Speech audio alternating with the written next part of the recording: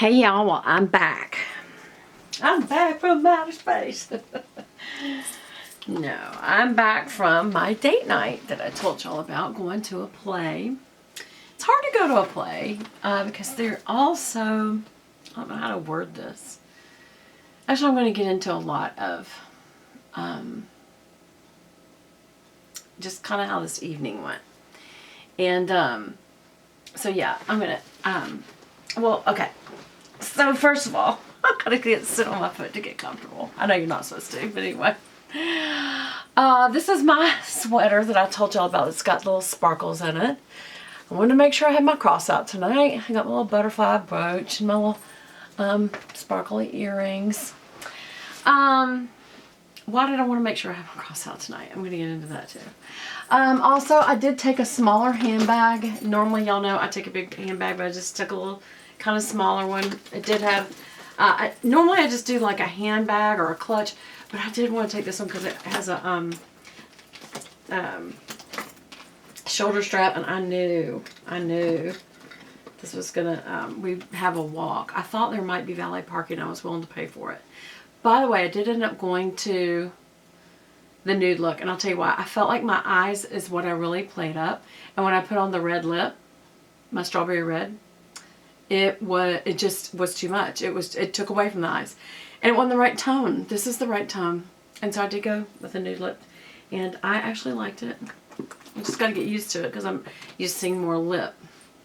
But this was more about the eyes, and I felt like it went really well. I took my little Bushnell, what is it, Bushnell? Binoculars, the little baby size. They're like for, plays. But you can use them in the woods too. I usually keep them by my back door in case we have deer that walk through the woods back there or something. Okay, so I also get a memento from everything that I go to. So I did, it says, I love Shenyang shop. And it's just a little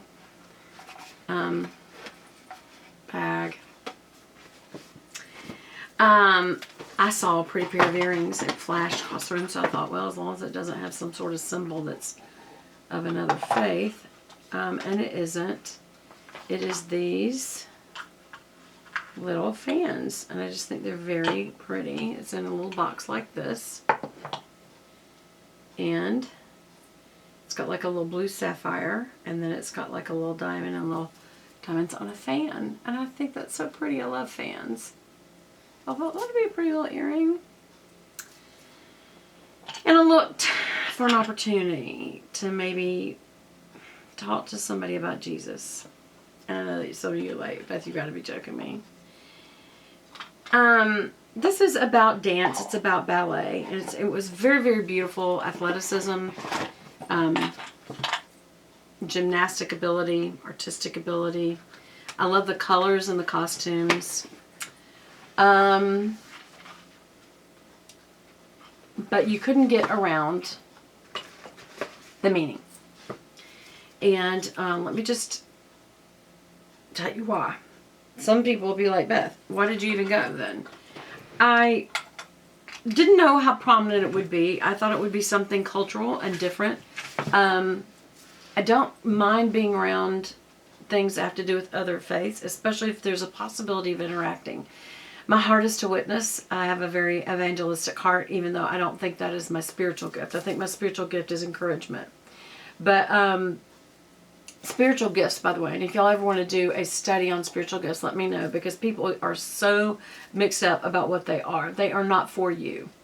They are for God. They are God's. It's a supernatural level that when God uses your spiritual gift, it is for His glory and the edification of the church, or the lifting up of the church.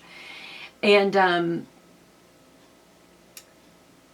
so you don't ever flaunt or brag about your spiritual gift. And I've had people who are like, I got my tongues, like there's something special. And it's like, okay, then you clearly are faking it, number one. And number two, gosh, you're just doing so much harm by having that kind of attitude about a spiritual gift. And so that's not how God would do that. He would always have someone with the gift of edification present. By the way, the Bible's very clear on that. But and edification means to interpret or to make clear, to lift up, to educate, to make, to edify. You know what editing is. So anyway, so I would say that as a Christ follower, my heart, though, is to see other people come to faith in God. And so this is the program. And I was very attracted to the beauty of the colors, the incredible ballet athleticism. You're not allowed to take any pictures, by the way. You're not allowed to take any photography or any video of any kind. They're very strict about it. The pictures they want you to have are the ones in this book, I guess. And also it's the same. I'm not showing you anything you shouldn't see. If you go to where you buy tickets, you see the same thing. So is their photography that they've done. But in the program, I also, because they change it every single year, they go through the program. They give you little vignettes about, you know, what each dance is going to be about, and that's because otherwise I don't think you'd know. It's sort of like an opera in Italian. If you don't know the story, even with really good acting, it's hard to know the story. And they are very exaggerated because there's no words, you know. There's only dance, so movement tells their story. So if they want to say that's great, they will go, you know, like that, and very over-exaggerated emotions, and it does help tell the story, but not as good as having it written out in a program. Of course, it's pitch black dark. So what they do is they have someone who comes out in between each mini story, and they tell you this little paragraph. They tell you what you're about to see. And they were all good stories in the sense of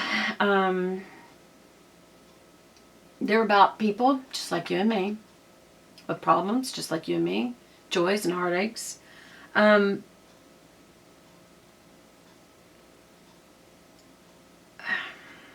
they were just so close, and it broke my heart. It is always hard for me to see another faith, because when they're close, it's like, you know, somebody in the wrong would say, we're really all believing the same God. He just has a different name. It's like, no. God's very clear that he has a name, and he tells us what it is. His name is I Am. And Jesus claimed that name in John 8:58 to make it very clear that he was God, and that he was God in the flesh, Emmanuel, God with us. That's what Emmanuel means. Jesus was the name that was given him. Remember, the Bible tells us in Hebrews that he was given a name. The name that he was given was Jesus. That was a given name. His name is I Am. But his given name was Jesus in the sense of being a human, because it means he will save his people from their sins, and so he actually had a human name at that point. But when I looked at this, there's pieces that it talks about, and I'm not going to try to give it away. I don't really know that I would encourage going to it. I was a little underwhelmed, to be honest, compared to from the commercials versus what I saw on stage. I guess the athleticism was there, the beauty of the costumes was there, the background graphics that they do are very tricky and interesting. How they make you almost look like the people on stage are interacting with the people in the backdrop. Very, very interesting, but just not. It was expensive, y'all, and I feel like it wasn't worth the money I paid. I don't know that it was just expensive because it was that, or just that it's expensive to have tickets at the Cobb Energy Center. What's it called? Cobb Energy Performing Arts Center. But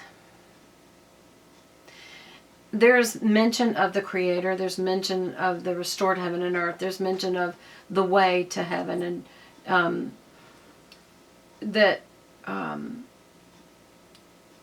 the things that we chase in this world, the material things, have no value, and that we need to leave this painful world and our sins, and they call our karma, get behind, which no, don't agree with the concept of karma. I don't kid around about things like that. I'll just tell you. When people say, oh, that's bad karma, I'm like, don't use karma. That is, or when people say, it's all good. Y'all, that comes from the Hindu belief that God is in all things and all things are in God, and that God is everything and everything is God. It's like, and it's all good. And it's like, no, no, no. It's actually called Falun Dafa, D-A-F-A, and it's a faith. And they believe in the Wheel of Falun and Falun Gong. Some of you may have heard that. I've had a friend who was a believer in Falun Gong and Feng Shui, which some people think is just a decorating technique of moving things around the room to get the most positive energy. And it's like, no, that's no. And that's also not all that means. They believe that they move those things around because it appeases the spirits. It's, let me just say this. I've taught several courses on, none of them recorded, on the 5 major world religions and the major cults. And the one that was the toughest for me to research and study and prepare myself for was Buddhism. And it's because it's an offshoot of Hinduism, but it offshoots from their multi-god beliefs. Taoism comes from that. And these are offshoots of Taoism as well, I believe. I can't remember right now, to be honest. But they're all offshoots of basically Hinduism. Because the Buddha was a real person. His name was Siddhartha Gautama. And he didn't believe. And he set out to find out some truths about the world. I'm not going to go into Buddhism, but the bottom line is the people that believe that now, that's not even what they believe. It's not true. It's not even true. It was just hard to see. My heart was to witness, and that's why I had my cross on. I looked for opportunity. I didn't really see it because of the nature of where we were at. Anyway, just want to touch base with you guys.